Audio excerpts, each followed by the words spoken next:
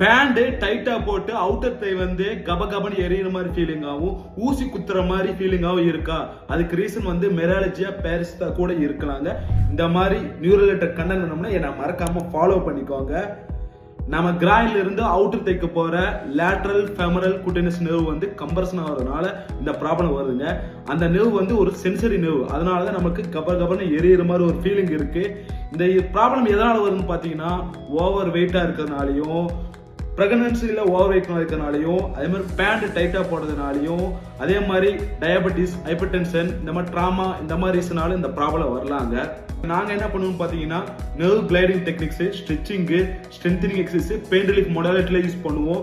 அதே மாதிரி pelvic girdle, அதை போஸ்டல் அலைன்மெண்ட் கரெக்டாக பண்ணுவாங்க. இதுக்கு ப்ராப்பரான ரீகேப் கொடுத்து நாங்கள் ப்ராப்பராக அதை ரெக்கவரி பண்ண வைப்போம்.